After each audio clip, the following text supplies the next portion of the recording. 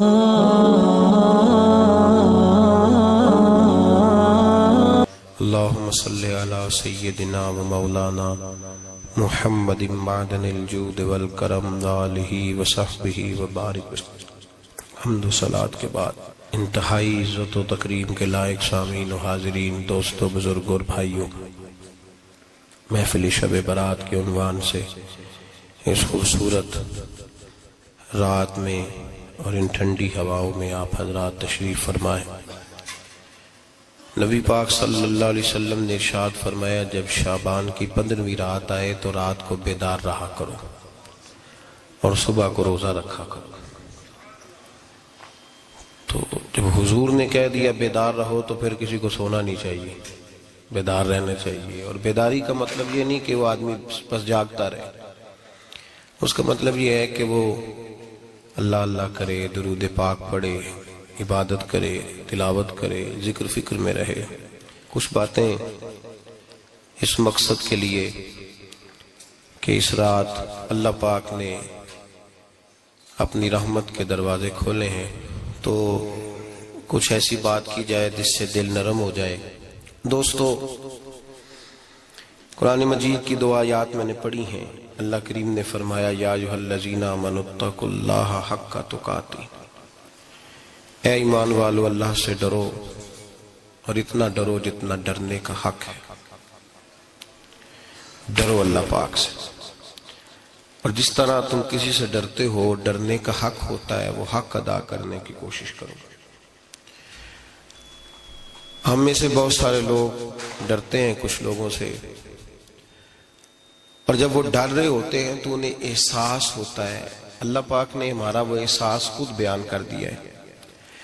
فرمایا، جب تم کسی سے ڈرتے ہو تو تمہیں اس کا احساس ہوتا ہے کہ تم کتنا ڈرتے ہو، تو پھر تم کوشش کرتے ہو کہ تم وہ کام نہ کرو جس سے وہ بگڑ جائے گا، ناراض ہو جائے گا۔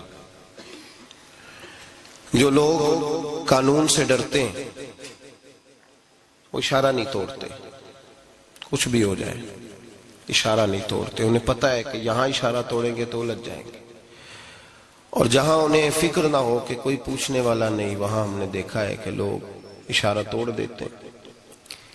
اللہ تبارک و تعالیٰ نے موقع دیا، میں حرمین شریفین حاضر ہوا تو وہاں ایک روڈ دائری روڈ کہلاتا ہے۔ اس روڈ سے پیدل چلنے والے نہیں گزر سکتے۔ وہ کہتے ہیں جی اس روڈ سے پیدل والا نہ گزرے، ان کے لیے علیحدہ جگہ ہے۔ قانون یہ ہے کہ اگر کوئی پیدل آدمی وہاں سے گزرے اور اس کا ایکسیڈنٹ ہو جائے تو وہ حکومت یہ کہتی ہے کہ یہ کیوں یہاں سے گزرا تھا، لہٰذا کوئی مقدمہ نہیں ہو سکتا۔ وہاں ہم نے دیکھا ہے کہ لوگ اس سڑک پہ پیر بھی نہیں رکھتے، کہتے ہیں مر گئے تو بنے گا کچھ نہیں۔ یہاں بھی بہت سارے ایسے معاملات ہوتے ہیں کہ جہاں انسان محسوس کرتا ہے کہ یہ بڑا میرے لیے نقصان ہو جائے گا، تو وہ ڈرتا ہے۔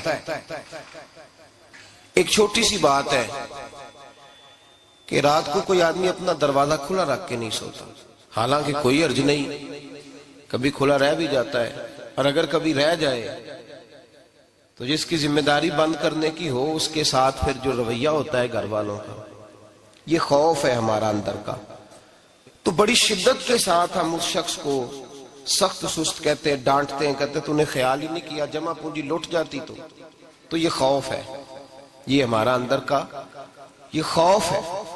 آپ بازار میں جائیں تو درجنوں لوگوں نے گن مین بٹھائے ہوئے ہیں، ان کا دل نہیں کرتا کہ اضافی تنخواہ دی جائے، کیا مطلب ہے ایک آدمی کو اضافی پیسے دینے کا، لیکن وہاں آدمی بٹھایا جاتا ہے، اس کو تنخواہ دی جاتی ہے، اس کی روٹی کا بندوبست کیا جاتا ہے، اس کے سارے ضروریات زندگی کا خیال رکھا جاتا ہے، اور پس منظر یہ ہوتا ہے کہ ڈر لگتا ہے اگر یہ شخص نہ ہوا تو ہمارے چوری ہو جائے گی۔ اللہ فرماتے ہیں کہ تو جہاں سے ڈرتا ہے تجھے پتا ہے، تو اس طرح کر کہ مجھ سے بھی اتنا ڈر جتنا ڈرنے کا حق ہے۔ یہ جھوٹ موٹ کا ڈراوا نہ پیدا کر کے اوہ اللہ معاف کرے جی، اچھا جناب بڑا ڈرتے ہیں آپ اللہ تعالیٰ سے، آپ نے تو کانوں کو ہاتھ لگائے، تو پھر آپ کیا کر رہے ہیں؟ اللہ معاف کرے جی میں تو بات نہیں کرتا، بس 2-4 آدمیوں کی پگڑی اچھالوں گا، اس سے زیادہ نہیں، ڈر لگتا ہے جی بات کرتے ہو، 15-20 آدمی بس میرے قابو آئیں گے۔ یہ کس قسم کا ڈر ہے؟ ڈرنے کا حکم دیا، اور میرے رسول کریم سید عالم صلی اللہ تعالی علیہ وآلہ وسلم نے ارشاد فرمایا کہ تو رب کریم سے دنیا میں ڈر جا جس طرح ڈرنے کا حق ہے۔ جب قیامت کا دن آئے گا تو اللہ تجھے ڈرائے گا نہیں بلکہ اپنی رحمت کی چھاؤں میں جنت میں داخل کر دے گا۔ یہاں ڈر، ایک جگہ تو اللہ نے فرمایا ڈرو، اور کچھ جگہوں پہ فرمایا کہ جو میرے علم والے بندے ہیں نا، جن کو میں نے علم دیا ہے، عالم ہیں، ان کے بارے میں فرمایا کہ ان کے دلوں میں میری خشیت ہے۔ انما یخشی اللہ من عبادہ العلماء، اللہ کے بندوں میں سے جو علم والے ہیں وہ اللہ کی خشیت رکھتے ہیں۔ قرآن نے ایک جگہ کہا ڈرو، خوف کا لفظ بھی استعمال کیا، وَلِمَنْ خَافَ مَقَامَ رَبِّهِ جَنَّتَانِ، خوف بھی ہے اور خشیت بھی ہے۔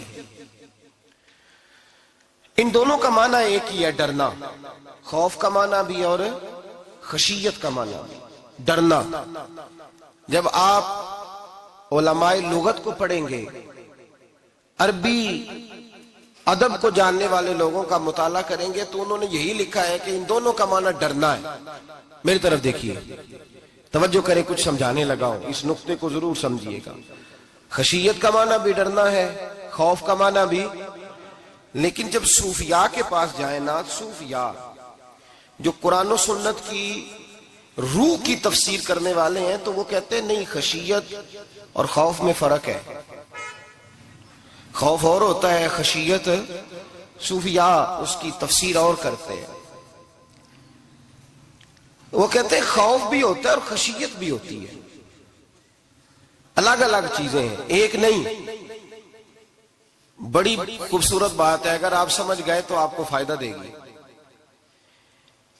صوفیاء یہ کہتے ہیں کہ بھائی خوف ہوتا ہے اپنے گناہوں کا، کہ میں نے یہ گناہ کیے ہیں، اگر اللہ نے مجھ سے پوچھا تو مجھے بڑا خوف آتا ہے، مار پڑے گی، یہ خوف ہے۔ پھر سمجھ لیں، ایک آدمی نے حرام کا مال اکٹھا کیا ہے زندگی میں، معاذ اللہ اس نے بڑے پاپ کیے، گناہ کیے، شراب پی، بدکاری کی، معاذ اللہ تعالیٰ ثم معاذ اللہ۔ اب اسے ڈر لگ رہا ہے کہ اللہ تبارک و تعالیٰ نے پوچھا تو میں کیا جواب دوں گا، یہ خوف ہے۔ اور خشیت یہ ہے کہ ایک آدمی سارا دن نماز پڑھتا ہے، روزہ رکھتا ہے، عبادت کرتا ہے، اللہ کو یاد کرتا ہے، پھر بھی ڈرتا ہے، یہ خشیت ہے، یہ خشیت ہے۔ جو گناہوں سے ڈرے وہ خوف ہے، اور جو رب کی ناراضگی سے ڈرے وہ خشیت ہے۔ جو کہے یار میرا رب کہیں ناراض نہ ہو جائے، میرا رب کہیں مجھ سے۔ بڑی خوبصورت مثال دی، میں نے اپنے صاحب سے پوچھا کہ حضور یہ مسئلہ کیا ہے، تو فرمانے لگے ایک بادشاہ نے ایک غریب کی بیٹی اسے پسند آ گئی تھی، تو اس نے عزت کے ساتھ اس سے شادی کر لی، رشتہ بھیج کے وقار کے ساتھ۔ بیٹی کا باپ اپنی بیٹی کے مقدر پر رشک کرنے لگا کہ میری بیٹی کو بادشاہ نے پسند کیا ہے، بادشاہ کے شہزادے نے رشتہ بھیج دیا ہے۔ شہزادہ بیاہ کے لے گیا بیٹی کو، 20 کنیزائیں، نوکرانیاں اس عورت کی خدمت کرنے پہ لگی ہوئی ہیں، توجہ ہے، اس کا ہر حکم ماننے کو تیار ہے۔ لیکن وہ بی بی سویرے بھی رو پڑتی ہے اور شام کو بھی رو پڑتی ہے، روتی رہتی ہے۔ اس سے کسی نے پوچھ لیا کہ بی بی تو روتی کیوں ہے، 20 کنیزائیں ہیں، گھر میں سکون ہے، ہر شے ہے، تو روتی کیوں ہے؟ تو وہ کہنے لگی اصل بات یہ ہے کہ جو کچھ مجھے ملا ہے میں اس کے قابل نہیں تھی، تو میں ڈرتی ہوں میرا سائیں کہیں ناراض نہ ہو جائے، وہ ناراض نہ ہو جائے، میں قابل نہیں تھی، میری اوقات نہیں تھی۔ یہ من آنم کے من دانم، میں جو ہوں اس کا مجھے پتا تو ہے، اس نے میری حیثیت سے، میری اوقات سے، میرے ظرف سے، میری محنت سے بڑا بڑھ کے مجھے عطا کر دیا، میری چونکہ اوقات سے زیادہ دے دیا تو میں ڈرتی ہوں وہ ناراض نہ ہو جائے، کہیں میری یہ کھیل، یہ جو میں نے گھونسلہ بنایا ہے، یہ کہیں میرا ٹوٹ نہ جائے۔ میرے بھائی، میرے رسول کریم سید عالم صلی اللہ علیہ وسلم کے امت کے اولیاء، صلحاء، صوفیاء، اتقیاء، صحابہ، اہل بیت، یہ لوگ جب روتے تھے تو یہ کوئی اس لیے نہیں روتے تھے کہ یہ آج دوپہر کو چینی میں ملاوٹ کر کے آئے ہیں تو اس لیے رو رہے ہیں رات کو، اس لیے نہیں روتے تھے کہ آج انہوں نے جو شکر بیچی ہے اس شکر کے اندر بورا ملایا ہوا تھا، اس لیے نہیں رو رہے کہ آج 10 15 20 لاکھ رشوت کا مال بینک میں جمع کر، اس لیے تھوڑی روتے تھے، یہ تو اس لیے روتے تھے کہ اللہ تو نے بڑا کچھ عطا کیا ہے، کہیں ہم سے ناراض نہ ہو جانا. یہ تو اس کی خشیت میں رو رہے تھے. حضرت داؤد طائی رحمت اللہ تعالی علیہ، حضرت امام جعفر صادق جو نبی پاک صلی اللہ علیہ وسلم کے نواسے، جناب داؤد طائی کی ملاقات ہوئی تو امام جعفر صادق حضور کے نواسے عرض کرنے لگے، داؤد طائی یار میری بخشش کی دعا کرنا، رب مجھے معاف کر دے. تو حضرت داؤد طائی رحمت اللہ علیہ فرمان لگے، امام صاحب آپ حضور کے نواسے ہیں، میں نے دعا کرنی ہے کہ آپ نے میرے لیے کرنی ہے؟ تو حضرت امام جعفر صادق رو پڑے، کہنے لگے یار تو نہیں کرنی ہے، اور اسی لیے تو تجھ سے دعا کرا رہا ہوں کہ کہیں ایسا نہ ہو نانا مصطفیٰ کی بارگاہ میں جاؤں تو وہ مجھے کہیں کہ میں کس طرح کا تھا تو کس طرح کا بن کے آیا ہے. یہی تو دعا کرانی ہے کہ میرے لیے دعا کر. جو جتنا بڑا ہوتا تھا نا اتنی زیادہ خشیت ہوتی. اور گناہگار کے تو اللہ تبارک و تعالیٰ بعضوں کا سزا دیتا ہے، آنسو سلب ہو جاتے، اس کو تو اپنے گناہوں پہ رونا ہی نہیں آتا. وہ تو روتا ہے بچہ نہ ہو تب روتا ہے، وہ تو روتا ہے پیسے نہ ہو تب روتا ہے، وہ تو اس وقت روتا ہے جب اس کا مال چلا جائے. اس کو تو بعضوں کا گناہگار کو تو بعضوں کا سزا ملتی. اللہ فرماتے تو دنیا کے لیے روئے گا، میرے لیے نہیں رو سکتا. اور جو رب کریم کے بندے ہوتے ہیں انہیں اللہ کہتا ہے تو دنیا سے بے نیاز ہے، تیری آنکھ سے آنسو جب بھی ٹپکے یا میرے لیے ٹپکنا چاہیے یا محمد مصطفیٰ کے لیے ٹپکنا چاہیے. آپ اگر اس بات کو تھوڑا سا غور کے ساتھ سمجھے تو تمام اولیاء صلحات کیا یہ رو رہے ہیں، تڑپ رہے ہیں. کیا اس کی وجہ تھی؟ نمازیں کم رہ گئی تھی، روزوں میں کمی تھی، فرائض ادا نہیں کرتے تھے کہ رویا کرتے تھے؟ کیوں روتے تھے؟ حضرت سیدنا عمر فاروق رضی اللہ تعالیٰ عنہ کے بارے میں صحابہ کہتے ہیں جناب عمر فاروق جب نماز پڑھاتے اتنا رویا کرتے تھے کہ 7ویں صف تک ان کے رونے کی آواز جایا کرتی. 7ویں صف تک ان کے رونے کی آواز جاتی. ہم لوگ بن کے بیٹھ گئے ہیں، ہم لوگ بن کے بیٹھ گئے، ہم یہ سمجھتے نہیں کہ ہماری حیثیت کیا تھی اور رب کریم نے ہمیں نوازا کیا ہے. آپ پڑھیے کتابیں، میرے رسول پاک صلی اللہ علیہ وسلم فرماتے ہیں میرا عمر جس گلی سے گزرے شیطان رستہ بدل جاتا ہے. نبی پاک فرماتے ہیں میرا عمر جب تک دنیا میں رہے گا دوزخ کو تالا لگا رہے گا. اس صاحب عزد الغابہ نے لکھا ہے نبی پاک صلی اللہ علیہ وسلم نے حضرت جبریل امین کو بلایا، فرمایا چل میرے عمر کی شان بیان کر. تو حضرت جبریل امین علیہ السلام عرض کرنے لگے یا رسول اللہ صلی اللہ علیہ وسلم 950 سال اگر اللہ مجھے عمر دے، 950 سال رب عمر دے اور پھر بھی میں عمر فاروق کے فضائل بیان کروں تو میں نہیں کر سکتا. عمر کی شان میں نہیں بیان کر سکتا. 950 سال بھی اگر میری عمر ہو. نبی پاک نے فرمایا پھر میرے ابو بکر کے بارے میں عرض کی یا رسول اللہ ابو بکر کی تو بات اس سے بہت آگے کی ہے نا. وہ نبی پاک کتنی عظمت بیان کر رہے ہیں، کس قدر زیادہ رسول کریم صلی اللہ تعالی علیہ وآلہ وسلم ان کی عظمت بیان کرتے ہیں. حضرت عمر کیا کہتے ہیں؟ وہ لوگوں کو بتاتے پھرتے ہیں کہ تم نے دیکھا ہے نا میری کتنی عظمت ہے. وہ یہ نہیں کہتے. حضور فرماتے ہیں عمر کی بڑی شان بڑی شان بڑی شان. اور عمر کے پاس جب بھی کوئی جاتا ہے کہتے ہیں عمر آپ کا کیا مقام ہے؟ تو عمر فرماتے ہیں میں تو اونٹ چرانے والے کا بیٹا ہوں، میں تو اونٹ چرانے والے کا بیٹا ہوں، میں تو اونٹ چرایا کرتا تھا، میں تو 10 اونٹ نہیں سنبھال سکتا. حضرت فاروق اعظم رضی اللہ تعالیٰ عنہ سے کو پوچھتے جناب عمر آپ کا کیا حال ہے؟ تو آپ فرماتے یہ تو میرے مقدر ہے کہ میری بہن نے قرآن سنایا تو میں در رسول تک پہنچ گیا، ورنہ مجھے پوچھنے والا کوئی نہ ہوتا. کبھی جناب علی المرتضیٰ کا بازو پکڑ کے کہتے ہیں علی تو نہ ہوتا تو عمر ہلاک ہو جاتا. بھائی حضور شانیں بیان کرتے ہیں. نبی پاک کہتے ہیں میرے ابو بکر نے احسانات کیے، بڑے احسانات کیے، میں نے سب کا بدلہ چکا دیا، ابو بکر کا نہیں چکایا. اللہ کی بارگاہ میں عرض کروں گا یا اللہ تو ہی اسے بدلے دے. اور جناب ابو بکر صدیق سے کوئی پوچھتا ہے ابو بکر آپ کا کیا حال ہے؟ تو ابو بکر صدیق فرماتے ہیں مجھ سے میرے اندر کا عالم نہ پوچھو، اگر قیامت کے دن اعلان ہوا نا کہ سارے لوگ بخشے گئے ایک باقی بچا ہے تو مجھے ڈر لگتا ہے اکیلا ابو بکر ہی بچ جائے گا جو نہیں بخشا جائے گا.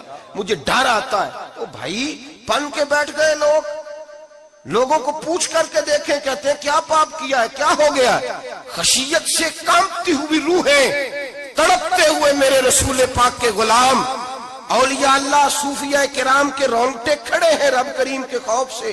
جو جتنا مالک کو جانتا ہے اتنا کانپ رہا ہے، اتنا ڈر رہا ہے، جس کی آنکھوں سے آنسو خشک ہے، مطلب یہ ہے یہ رب کو جانتا ہی نہیں، اسے کیا خبر اس کا جلال کتنا ہے، اسے کیا خبر اس کا عذاب کتنا ہے، تو کیا جانے ان بطش ربک لشدید، جب وہ پکڑتا ہے تو بڑا سخت پکڑتا ہے۔ حضرت عثمان غنی کو 3 دفعہ میرے نبی پاک نے فرمایا جنتی ہے، جنتی ہے، العثمان فی الجنہ، العثمان فی الجنہ، العثمان فی الجنہ، 3 دفعہ حضور نے جنت کی بشارت دی۔ میرے مصطفیٰ کریم نے فرمایا میرا عثمان گلی سے گزرے تو فرشتے بھی اس کی حیا کرتے ہیں۔ جناب عثمان غنی جن کو میرے نبی نے 2 بیٹیاں دے کے کہا عثمان میری 100 بیٹی بھی ہوتی، ایک کے بعد دوسری انتقال کرتی جاتی تو میں ساری تیرے نکاح میں دے دیتا، وہی حضرت عثمان غنی قبر پہ کھڑے ہیں حضور کے وصال کے بعد، ایک قبر پہ کھڑے، آنکھوں سے آنسو جاری ہے، داڑھی ساری آنسوؤں سے بھر گئی ہے، روتے ہی جاتے ہیں، روتے ہی جاتے ہیں۔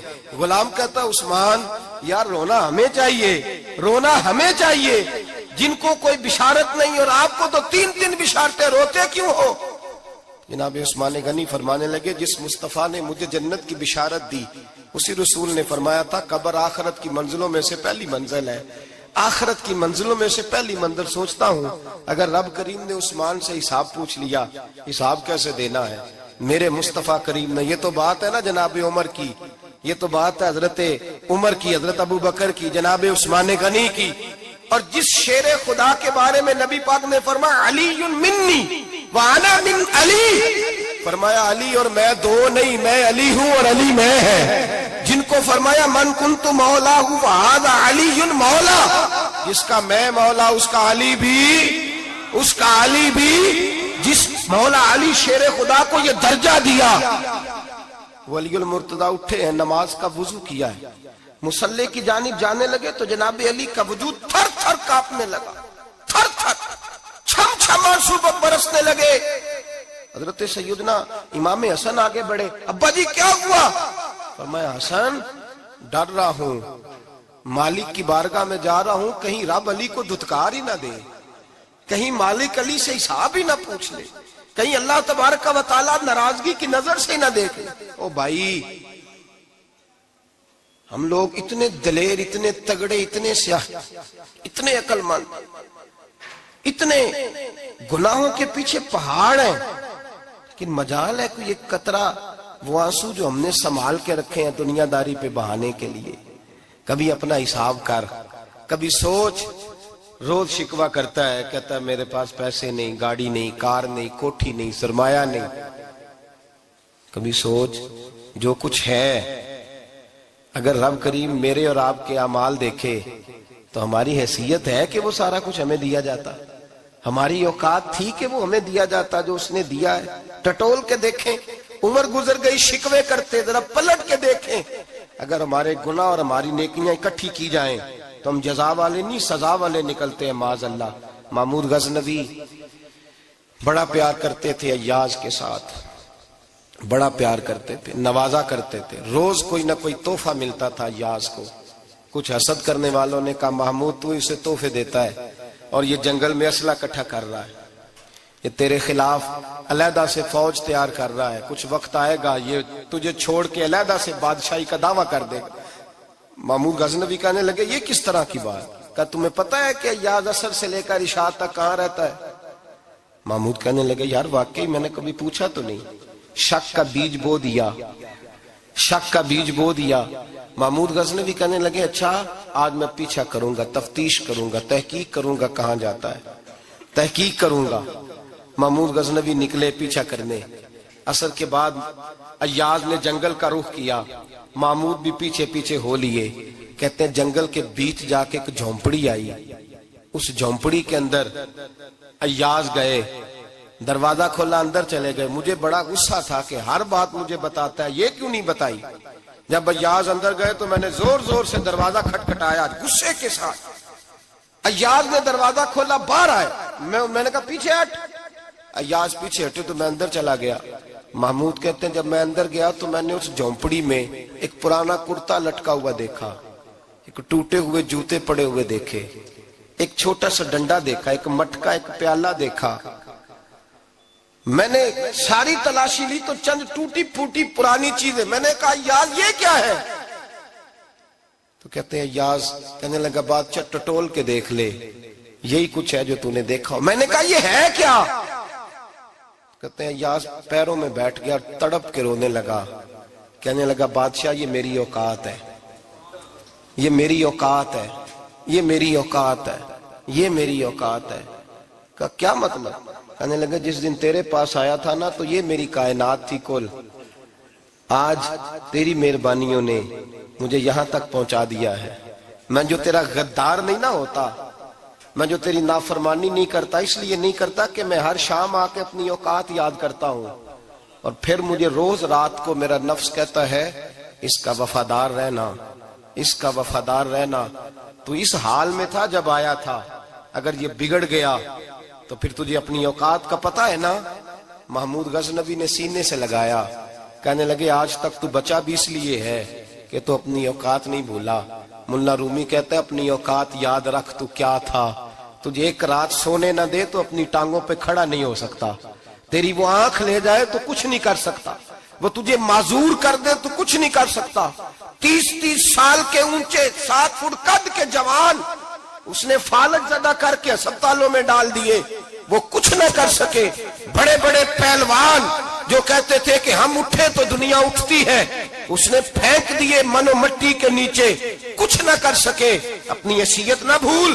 میرے رسول کریم سید عالم صلی اللہ علیہ وسلم نے فرمایا 2 باتوں میں لوگ دھوکے میں ہیں، دھوکے میں ہیں، دھوکے میں ہیں، دھوکے میں۔ یا رسول اللہ کون سی؟ فرمایا جو صحت مند ہے وہ دھوکے میں ہے، وہ سمجھتا ہے میں کبھی بیمار ہی نہیں ہوں گا، مجھے روز اسی طرح نیند آئے گی جس طرح اب آتی ہے، میں روز اسی طرح اٹھوں گا جیسے اب اٹھتا ہوں، میں اتنا ہی لمبا چوڑا رہوں گا جس طرح آج ہوں، میرا حسن اسی طرح قائم رہے گا جیسے آج ہے۔ تو دھوکے میں ہے، دھوکے میں۔ بڑے بڑے آئے اور بڑے بڑے مٹی کا ڈھیر ہو گئے، فنا ہو گئے، کل من علیہ فان، فنا ہو گئے، کوئی پوچھنے والا نہ رہا۔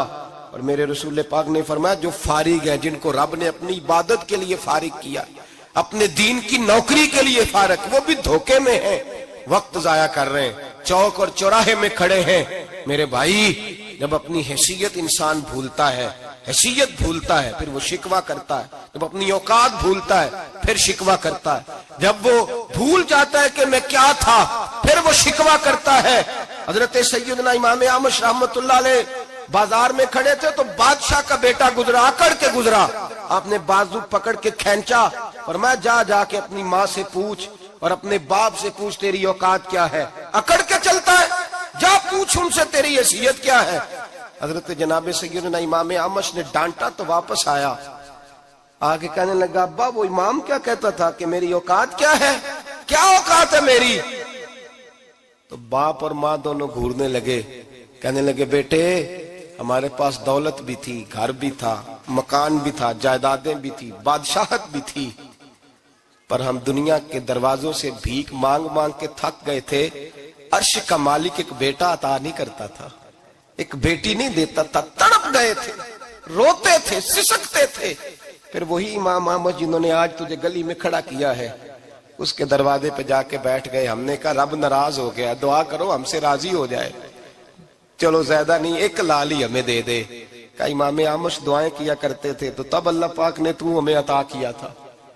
تیری او بھائی اپنی حیثیت کا تو تعین کر، تو بڑھ بڑھ کے باتیں کرتا ہے، تو بڑا کھل کھل کے بولتا ہے، اپنی حیثیت کا تو تعین کرنا، ذرا اندازہ تو کرنا کہ تو کون تھا، کہاں سے آیا ہے، تیری اوقات کیا ہے۔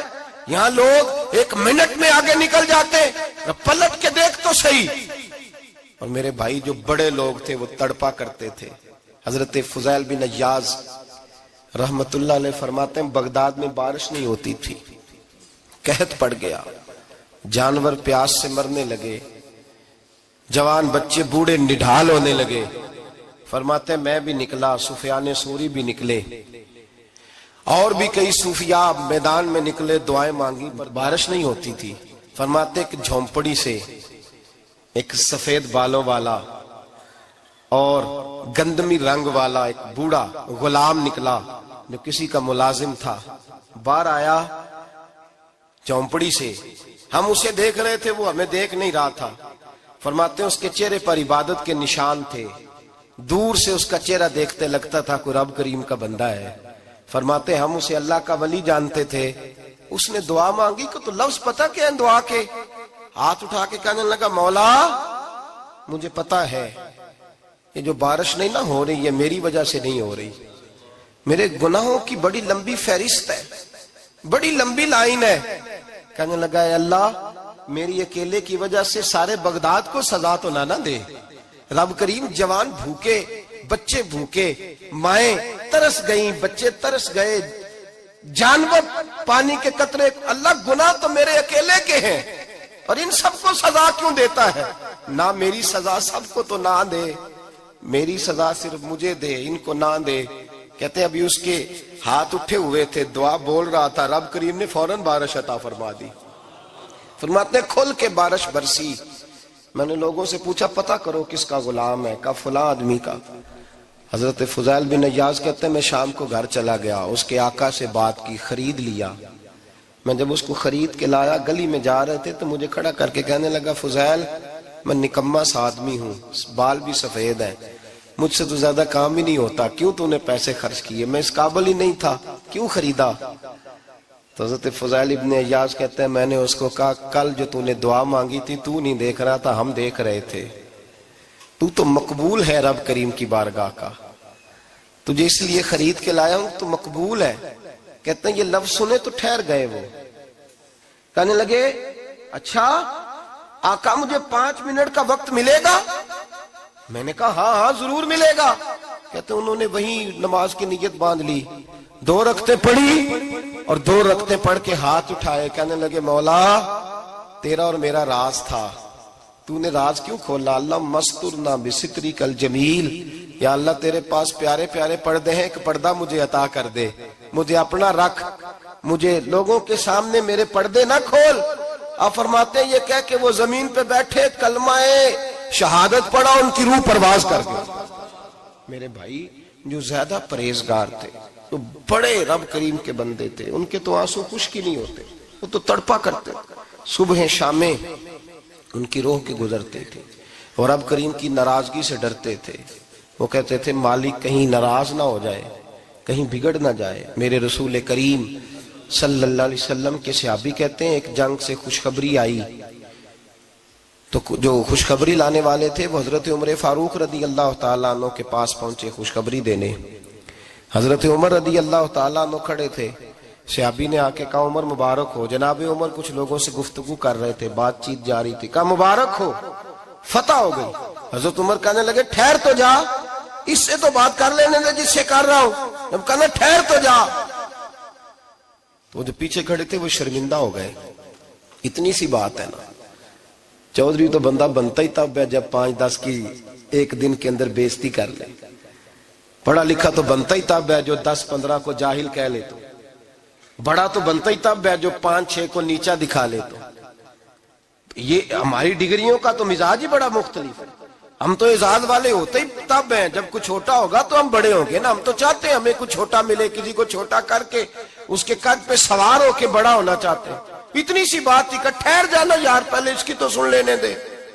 وہ شرمندہ ہو گئے صاحب، جب وہ شرمندہ ہوئے تو سیدنا فاروق اعظم دوڑے گئے۔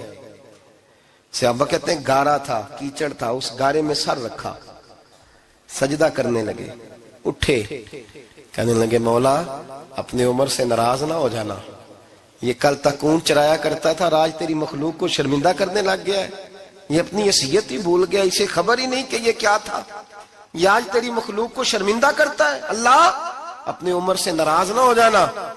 وہ شخص کہتے ہیں پیچھے آ کے کھڑا رو رہا ہوں۔ میں نے کہا عمر کیا کر رہے ہو؟ فرمایا نہیں یار میں نے تجھے شرمندہ کیا ہے، یہ میں بھول گیا تھا کہ میں کیا ہوں۔ بھائی اپنی حیثیت کا تعین کریں، آؤ آج اپنی حیثیت کا تعین کریں، دیکھیں ہم کہاں تھے، کہاں بیٹھے، پلٹ کے دیکھیں کیا تھے، ہم کیا ہیں، راتیں کہاں گزرتی ہیں، صبح کہاں بیتتی ہیں۔ ایک لمحے کے لیے پلٹ کر اپنے ظلم، زیادتیاں، جھوٹ، غیبتیں، بے حیائیاں، اپنی زندگی کے امور کا اگر ہم یک نظر جائزہ لیں، پیچھے پلٹ کے دیکھیں تو حضرت جناب سیدنا غوث اعظم جیلانی رضی اللہ تعالیٰ عنہ فرمایا کرتے تھے اگر لوگ اپنے گناہ یاد کریں تو وہ پریشان ہو جائیں کہ ہمیں پانی کا قطرہ کیوں مل رہا ہے. وہ اگر اپنی غلطیاں یاد کریں تو انہیں احساس ہو کہ ان کا سانس کیسے چل رہا ہے. بھائی اگلی بات سنو گے تو اور حیران ہو جاؤ گے. حضرت غوث اعظم رضی اللہ تعالیٰ عنہ فرمایا کرتے کہ اب خیال آتا ہے، اب سوچ آتی ہے کہ رب کریم نے کتنی ڈھیل دی ہوئی ہے. ہم ہیں کہ سمجھتے ہیں یہ میری عقل مندی کا کمال ہے کہ مجھے سارا کچھ نافرمانی کے باوجود بھی مل رہا ہے. بھائی خشیت الہی پیدا کریں. جتنا بندہ بڑا ہوتا تھا اس کے دل میں خوف بھی اللہ کا وہ جانتا تھا. حضرت امام اعظم ابو حنیفہ بیٹھے تھے تو ایک بی بی فتویٰ پوچھنے آئی. بی بی روز خاوند سے مطالبہ تو کرتی ہے، فلاں چیز چاہیے فلاں چیز چاہیے. اللہ کرے وہ یہ مطالبہ کرنے لگ جائے کوئی شے نہیں چاہیے، جو چاہیے حلال کا چاہیے. آمین تو کہہ دے. اللہ کرے بی بی یہ مطالبہ کرنے لگ جائے سوکھی روکھی چاہیے پر چاہیے مجھے جائز دینا، بے شک ایک وقت دینا. اللہ کرے یہ مطالبہ ہونے لگ جائے. شب برات کی بڑی مقدس رات، اللہ کرے اس رات یہ مطالبہ ہونے لگ جائے. ایک بی بی آئی خاتون، چرخہ کاٹتی ہے، سوت بناتی ہے. حضرت امام صاحب سے مسئلہ پوچھنے آئی. کیا مسئلہ پوچھا اس نے؟ کہنے لگی حضرت جی میں نا رات کو اپنی چھت پہ بیٹھ کے چرخہ کاٹتی ہوں، سوت بناتی ہوں. 14ویں رات کا چاند جب چڑھا ہوتا ہے تو اس کی روشنی میں چرخہ کاٹتی ہوں. کئی دفعہ نا بادشاہ کا لشکر میری گلی سے گزرتا ہے، بڑے بڑے لالٹین انہوں نے پکڑے ہوتے ہیں، بڑے بڑے روشن دان، بڑی بڑی ان کے اندر روشنی ہوتی ہے. تو حضرت جی کئی دفعہ نا وہ جب گزرتے ہیں تو ان کی روشنی میں بھی میں کچھ سوت بنا لیتی ہوں. مسئلہ یہ پوچھنا تھا کہ اس روشنی میں جو سوت بناتی ہوں اس کی کمائی میرے لیے جائز ہے کہ ناجائز ہے؟ اس کی روشنی میں حضرت امام اعظم نے اللہ اکبر کا اور چھم چھم آنسو گرنے لگے. حضرت امام صاحب نے اپنا گریبان پکڑا اور کھینچا، قمیض پھٹ گئی. کہنے لگے بی بی مسئلہ چھوڑ، تو پہلے بتا تو ہے کون، کہاں سے آئی ہے، کون ہے، بتا. تو کہنے لگی میں حضرت بشر آفی کی ہمشیرہ ہوں. میں حضرت بشر آفی، وہ جو درویش ننگے پیر نہیں پھرتا رہتا بغداد کی گلیوں میں، میں اس عظیم بھائی کی بہن ہوں، بشر آفی کی ہمشیرہ ہوں. تو حضرت امام اعظم فرمانے لگے کوئی اور بی بی آتی تو اس کے لیے جائز تھا، کیونکہ وہ جان بوجھ کے تو کسی کی روشنی نہیں استعمال کرتی، خود آتی ہے. کوئی اور آتی تو جائز تھا. تیرا مقام بڑا ہے، تیرے لیے جائز نہیں، لیے جائز نہیں. تو اپنی حیثیت کا تعین کر، یہ تیرے لیے درست نہیں. بھائی بڑا تو تب ہوگا جب تیری احتیاط بڑی ہو جائے گی، بڑا تب ہوگا جب تیرا تقوی بڑا ہو جائے گا، بڑا تو تب ہوگا جب تو حلال حرام کے معاملے میں باریک باریک چیز کا خیال رکھے گا. اور اگر تو کہ خیر ہے دیکھی جائے گی، ساری دنیا کر رہی ہے، ساری زمانہ کر رہا ہے، فلاں بھی کر رہا ہے، وہ خدا کے بندے یہ کس طرح کا معاملہ ہے، یہ کس طرح کی جمہوریت ہے؟ اپنے آپ کو سمجھائیں اور میرے عزیز خشیت والی زندگی پیدا کریں، تقوی والی زندگی پیدا کریں. ہم لوگ ایسا وقت گزار رہے ہیں، اور یہ یاد رکھنا ہمیشہ انسان دنیا میں آتے ہیں، اس شہر کے بہت سارے لوگ ہو گزرے، علماء، مشائخ، صوفیاء، تاجر، زمیندار. آپ کسی بھی شعبے میں ٹٹولیں گے تو آپ کو کئی نام ملیں گے. اس شہر محبت کے ڈھیروں لوگ ہو گزرے، اور یہ کہانی ہر شہر کی ہے. آج میں اور آپ یہاں بستے ہیں، کچھ وقت کے بعد ہم داستان ہوں گے. امام شافعی رحمت اللہ علیہ فرماتے ہیں میں ایک شہر سے گزر رہا تھا تو میرے پیر کو ٹھوکر لگی، میں نے زمین کھودی تو ایک کھوپڑی نکلی. کھوپڑی نکلی تو اس کے اوپر تاج بھی تھا. فرماتے میں نے شہر کے لوگوں سے پوچھا یہ کیا ہے؟ تو کہنے لگے یہ بادشاہوں کا قبرستان ہے، اس میں غریب دفن تو نہیں ہو سکتا تھا، دفن تو بادشاہوں کا خاندان ہے. لیکن افسوس کی بات یہ ہے کہ یہاں مٹی ڈالنے کوئی نہیں آتا، اب یہ سیدھی سڑک بن گیا. بھائی کبھی پلٹ کے دیکھ، ہزاروں لوگ آئے، اس روڈ سے کروڑوں لوگ گزرے اور منزل کو چلے گئے، لوگوں نے یاد نہیں رکھا. آپ اپنے حصے کا عمل کرنے آئے، ٹھیکیدار نہیں ہے کوئی اپنی اولاد کا، بال بچے کا، بہن بھائی کا. حق ضرور ہے، ان کے لیے محنت ضرور کرے گا، لیکن اس کو یہ اجازت نہیں ہے کہ وہ کہے کہ میں اب بڑا ذمہ دار ہوں تو میں نے 20 کروڑ بینک بھر کے جانا ہے۔ حضرت عمر بن عبدالعزیز رحمت اللہ تعالیٰ علیہ کے انتقال کا وقت آیا تو اپنے بیٹوں کو بلایا، فرمانے لگے بیٹو تمہارا باپ بزدل تھا، تمہارے لیے کچھ کر نہیں سکا۔ کہا ابا جی کیا ہوا؟ فرمانے لگے بیٹے میں بزدل تھا، جہنم سے ڈر گیا، تمہارے لیے کوئی بینک بیلنس اکٹھا نہیں کر سکا۔ میں تھوڑا دلیر ہوتا، دوزخ سے نہ ڈرتا تو تجوریاں بھر کے جاتا۔ پرانے بادشاہ محل چھوڑ کے گئے ہیں پر میرے پاس کچھ نہیں ہے، بادشاہ ہونے کے باوجود میں فقیر ہوں، خالی آ جا رہا ہوں، بزدل جو تھا۔ آپ نے جب یہ لفظ کہے تو بچے رونے لگے، کہنے لگے ابا جی ہمیں تو فخر ہے، ہمیں تو فخر ہے، جس گلی سے بھی ہم گزرتے ہیں کپڑے ہمارے سادے ہوتے ہیں پر لوگ دکانیں چھوڑ کے ملتے ہیں، کہتے ہیں نیک باپ کی اولاد جا رہی ہے، یہ بڑے مرتبے والے باپ کی اولاد جا رہی ہے۔ بھائی یاد رکھیں، خشیت الہی پیدا کریں، نہ اپنی ذات کے ساتھ ظلم کریں۔ اگر آپ کوئی بھی غلط کام کرتے ہیں تو اس کا جواب آپ نے دینا ہے۔ اگر آپ نے 1 کروڑ روپیہ ناجائز کمایا ہے تو وہ اللہ آپ سے نہیں، آپ کے بچے سے نہیں پوچھے گا، بیوی سے نہیں پوچھے گا، بہن بھائی سے نہیں، وہ آپ نے جواب دینا ہے۔ آپ نے اپنے اعمال پر غور کریں۔ آج شب برات ہے، میرے نبی کریم صلی اللہ علیہ وسلم نے فرمایا کہ میری امت کی اتنی بخشش ہوگی، مدینے میں سب سے زیادہ بنو کلب کا قبیلہ بکریاں پالتا ہے، ان کی بکریوں کے بالوں سے بھی زیادہ اللہ میری امت کی بخشش فرمائے گا۔ اس کو توبہ کی رات کہا جاتا ہے۔ توبہ کا مطلب یہ ہوتا ہے کہ اللہ میں آج کے بعد گناہ نہیں کروں گا۔ توبہ کا مطلب ہوتا ہے کہ میں آج کے بعد یہ غلطی، آپ کا ملازم کتنی بار غلطی کرے تو آپ رکھ لیتے ہیں؟ ایک دن میں 100 دفعہ کرے تو گنجائش ہے اس کو رکھنے کی؟ اللہ رکھ لیتا ہے، کہتا تو توبہ کر، ہے گنجائش؟ میرا خیال ہے جو 10 بار بھی کرے اس کے لیے بھی گنجائش ہے، اس کے لیے بھی گنجائش ہے۔ استاد باپ ہوتا ہے، بچے سے غلطی ہو جائے تو کہتا تجھے ارجانہ بھرنا پڑے گا۔ بچے لگے نہیں ہوتے اسکولوں میں، جرمانے لگے ہوتے ہیں، چھٹی کا لیدا ہے، فلاں کام کا لیدا ہے، حالانکہ باپ ہے۔ بھائی اللہ فرماتا ہے تو توبہ کر، اور توبہ یہ ہے کہ میں آج کے بعد یہ گناہ، جس آدمی نے کل 5 نمازیں نہیں پڑھنی اس کا آج توبہ کرنے کا کیا مطلب ہے؟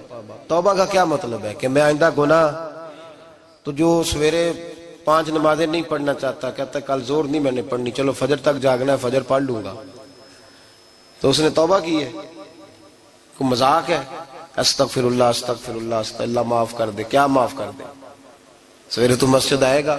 بھائی آپ کسی جگہ، ہم سادے لوگ ہیں، دیہاتی لوگ، یہ ہمارا دیہات کا ماحول ہے، بچے کو مارتے ہیں نا مدرسے والے کے تو ہم کہتے ہیں دوبارہ کرے گا، تو کیا کہتا ہے اگوں، تو جو بچہ کبھی تسی تھپڑ دو مار لو میں سویرے پھر کرنا جی، تو اس کو معافی ملے گی؟ یہ کیسی معافی ہے کہ سویرے میں نماز نہیں پڑھنی زور کی لیکن یا اللہ معاف کر دے یا اللہ؟ یہ جھوٹ ہے، یہ دھوکہ ہے، یہ مذاق ہے، مذاق نہیں کرے۔ اور بندہ کوئی سیاںا ہو تو مذاق برداشت نہیں کرتا، اور معاذ اللہ استغفر اللہ، رب کریم کے ساتھ مذاق، یا اللہ میری توبہ، یا اللہ میری توبہ، یا اللہ مجھے معاف کر دے، یا اللہ معاف کر دے، اور سویرے جھوٹ پھر بولنا ہے اٹھتے ہی، تو یہ کیسی توبہ ہے؟ توبہ کا مطلب ہوتا ہے کہ میں توبہ کرتا ہوں آج کے بعد گناہ، تو توبہ کو سمجھے تو صحیح نا میرے بھائی، توبہ کو سمجھیں۔ تمام صحابہ، چونکہ شراب حرام نہیں تھی تو ہر آدمی پیا کرتا تھا، جب حرام ہو گئی تو پھر کسی نے منہ نہیں لگایا، توبہ ہو گئی تو پھر ہو گئی، پھر معاملہ ختم ہو گیا۔ پھر کبھی قریب حضرت مرثد بن ابی مرثد البغوی رضی اللہ تعالیٰ عنہ حضور کے صحابی ہیں، آپ فرماتے ہیں میرے اندر ایک غلطی تھی، میرا بہت ساری خواتین کے ساتھ دوستانہ تھا، نبی پاک کی بارگاہ میں جب میں گیا اسلام کی بائعت کی تو حضور نے فرمایا تیری نظر جھکی رہنی چاہیے، خبردار کسی عورت سے تیرا، کہتے ایک نصیحت نبی پاک نے کی۔ آپ فرماتے ہیں میں نے اپنے دل کو اس طرح سمجھایا کہ عورتیں اگر میرے پاس آ کے کھڑی ہوتی تھی تو میرے اندر کا وجود کہتا تھا کہ ہو ہی نہیں سکتا میری توجہ جائے، اس لیے کہ توبہ کی ہے، اب دوبارہ ادھر توجہ جا سکتی؟ میرے بھائی توبہ کو اس کے مفہوم کے ساتھ توبہ کریں، جھوٹ نہیں بولیں، گناہ نہیں کریں۔ میرے رسول کریم صلی اللہ علیہ وسلم نے فرمایا استغفار پڑھا کرو، میں دن میں 100 مرتبہ استغفار کرتا ہوں۔ حضور کہتے ہیں میں دن میں حضور 100 دفعہ دن میں استغفار کرتے. امام حسن کے پاس ایک شخص آیا, کہا میرے پاس اولاد نہیں, فرمایا استغفار پڑھ. ایک پھر آ گیا, اس نے کہا حضور میرے پاس روزی نہیں, فرمایا استغفار پڑھ. ایک اور آیا, اس نے کہا حضور بیماری بڑی ہے گھر میں, فرمایا استغفار کر. آپ کے صاحبزادے بیٹھے تھے, کہا ابا جی جو آتا ہے آپ استغفار ہی بتاتے ہیں. آپ فرمانے لگے جب کوئی بندہ توبہ کرتا ہے تو رب راضی بڑا ہوتا ہے. تو میں نے سب کو توبہ کا وظیفہ بتایا ہے, جس کی جو بھی مجبوری ہو اگر توبہ کر لے تو اللہ تعالیٰ اسے آسانی عطا کر دیتا ہے, اللہ اس پہ نظر رحمت کر دیتا ہے. اپنے آپ کو تبدیل کریں, نماز کو اس کی حقیقت کے ساتھ پڑھا کریں, اس کی حقیقت کے ساتھ نماز کو پڑھیں. 5 وقت مسجد میں حاضری دیں, چھوڑ کے سارے کام چھوڑ کے, باقی سارا کچھ بعد میں. آپ کا رشتہ لوگوں کے ساتھ زندگی کا ہے, موت کا نہیں ہے. آپ خود دیکھ لیں, جن کے بزرگ چلے گئے وہ ڈیلی جاتے ہیں قبرستان, کل بیٹھتا ہے 2 گھنٹے جا کے. والد صاحب ہیں, دادا جی ہیں, نانا جی ہیں, دیکھا کبھی کسی کو صبح گیا ہو شام آیا ہو؟ یہی حال ہمارا ہوگا, بالکل کوئی نہیں جائے. اور پھر جب کوئی انتقال کر جاتا ہے نا تو کوئی یہ نہیں کہتا کہ ابا جی کو غسل دے لو, کہتے ہیں میت کو غسل دو. ماں آنکھوں کی ٹھنڈک ہوتی ہے لیکن کہتے ہیں لاش کو اٹھاؤ, جنازے کو اٹھاؤ. آپ کے رشتے ناتے ختم ہو گئے. اگر آپ ناراض نہ ہوں تو مجھے جنازے پڑھانے کا موقع ملتا ہے. 1-2 بات عرض کرتا ہوں, اس کے بعد ذکر کرتے ہیں, انشاءاللہ دعا ہوگی. جنازوں پہ جانے کا اتفاق ہوتا ہے تو میں جنازے سے محسوس کرتا ہوں بہت ساری چیزوں کو. میں دیکھتا ہوں کہ جنازہ ہونے کے باوجود لوگ یہ سمجھتے ہیں کہ یہ ہونا تھا کام, یہ ہو گیا. اور وہاں کیفیت یہ ہوتی ہے کہ صرف یہی جنازہ ہے, اسی نے فوت ہونا تھا, ہم تو بچے ہوئے ہیں. قرآن پاک سے محبت کرنا, قرآن پاک پڑھنے والوں سے پیار کرنا, قرآن کے مدارس کو آباد کرنا, یہ بڑا مشکل ہوتا جا رہا ہے. ہم ایک مدرسہ چلاتے ہیں, ہم محسوس کرتے ہیں کہ یہ بڑا کٹھن معاملہ ہے, بڑا کٹھن. ایک تو تنقید کی نظر بھی سب سے زیادہ اداروں کی طرف ہوتی ہے, اور سب سے کم تعاون بھی اداروں کے ساتھ ہوتا ہے. مجبوری کے ساتھ ادارے وقت گزارتے ہیں. اپنا رجحان مدارس کی جانب کریں اور دین سیکھنے کی طرف رجحان کریں. قرآن مجید صحیح پڑھنا سیکھیں, قرآن مجید صحیح سمجھنا سیکھیں. اور پھر میرے بھائی, جو آیات آپ کو ضروری ہیں, نماز جنازہ ہے, وضو ہے, غسل ہے, آپ کے روزمرہ کے معاملات ہیں, وہ کسی اچھی قاری سے, اہل سنت کے کسی شخص سے ان کی درستگی کرائیں, اپنے معاملات پہ غور کریں, یہ ان کوتاہیوں سے باہر آئیں, قرآن پاک سے محبت کریں اور دینداروں کے ساتھ جڑیں. ایک گزارش آپ سے اور کرنی ہے, اس کو بھی کھلے دل کے ساتھ سنیے گا, کھلے دل کے ساتھ. یہ شب برات کی رات ہے اور میں ذمہ داری کا مظاہرہ کرتے ہوئے بات کرنا ضروری سمجھتا ہوں. آپ کسی پیر صاحب سے ملیں, کسی آستانے پہ جائیں, یہ کچھ گزارشات ہیں, بات میری ختم ہو گئی, وہ کر کے میں دعا کرنے لگا ہوں. تو شریعت اسلامیہ کا ضرور پاس اور لحاظ کریں. یہ دیکھیں جس صوفی کے پاس, درویش کے پاس, جس کو آپ پیر سمجھ رہے ہیں, اسے کوئی قرآن حدیث بھی آتا ہے, وہ کوئی سنت شریعت کا بھی پابند ہے. میری اپنی جماعت سے ہاتھ باندھ کے گزارش ہے, خدا را اب بس کر دیں. بڑی تباہی ہو گئی اور لمبی چوڑی ہو گئی, تھک گئے ہم کہہ کے. لوگ سمجھتے نہیں اس چیز کو. اعلیٰ حضرت فاضل بریلوی نے لکھا ہے, ادھر دیکھیں, اعلیٰ حضرت نے لکھا ہے کندھوں تک بال رکھنا جائز ہے, کندھوں تک, کندھوں سے نیچے رکھنا حرام ہے. کیسے اس شخص کو لوگ پیر مان لیتے ہیں جس نے داڑھی سنت سے چھوٹی رکھی ہوئی ہے, بال بڑے رکھے ہوئے. یہ ملنگ صاحب ہے.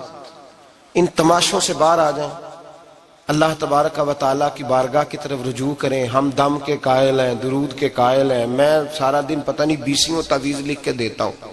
ہمارے بزرگوں کا طریقہ ہے, یہ چیزیں جائز ہیں, ان کی شریعت میں اصل ہے, دلیل ہے, لیکن کل دین یہ نہیں ہے. اپنے آپ کو بچائیں اور علم کی طرف رجوع کریں, تقوی کی طرف رجوع کریں. ان ظالموں سے, بہروپیوں سے اپنے آپ کو بچائیں. اور میں ان لوگوں کو بھی دعوت فکر دیتا ہوں جو ہمیں روز آ کے کہتے ہیں یہ تمہارا پیر, تو یہ تمہارا پیر. جب ہم خود کہہ رہے ہیں ہمارا نہیں, تو ہم کسی شرابی کبابی کو اٹھا کے کہہ دیں یہ تمہاری جماعت کا بندہ ہے تو تم رکھ لو گے؟ کہو. ہم اگر کہہ دیں تمہاری جماعت یہ درس دیتی ہے تو تم مان لو گے؟ یہ کیا بات ہوئی؟ اگر کسی جماعت کا کوئی شخص غلط ہے, اور ہم درباروں والے نہیں, ہم تو مسجدوں والے لوگ ہیں, دربار تو ایک ضمنی چیز ہے، بن بھی جائے تو ٹھیک ہے، ورنہ تو میرے نبی پاک نے فرمایا ہر مومن کی قبر جنت کا باغ ہوتی ہے۔ تو اندر دربار ہی بنا ہوا ہے، جنت کھلی ہوئی ہے، اوپر بلڈنگ بننا اتنا ضروری کام، مہربانی فرمائیں ایک تو اپنے آپ کو دین کی طرف راغب کریں، رمضان شریف آئے گا اپنی اصلاح کی کوشش کریں، اور جب کسی دینی مجلس میں جائیں تو روح کی دنیا لے کر کے جائیں، کچھ سیکھنے کے ارادے سے جائیں، کچھ درس لینے کے ارادے سے جائیں، جمعے پڑھیں، دروس سنیں، تو کچھ لینے کے ارادے سے جائیں، اور دین کی خدمت میں اپنے حصے ڈالنے کی کوشش کریں۔ اس سے صرف چندے کا معاملہ نہیں، اس سے مراد یہ ہے کہ اپنی اولاد کو، اپنے بچے کو، اپنے آپ کو دیندار بنائیں، یہ آپ کا دین میں حصہ ہوگا، یہ آپ کا دین کے ساتھ تعاون ہوگا۔ آخری بات میرے بھائی آپ حضرات سے یہ ہے، اس کو ضرور سمجھیں، خواتین کو پردے کا پابند کریں، ان کو پردہ داری سکھائیں۔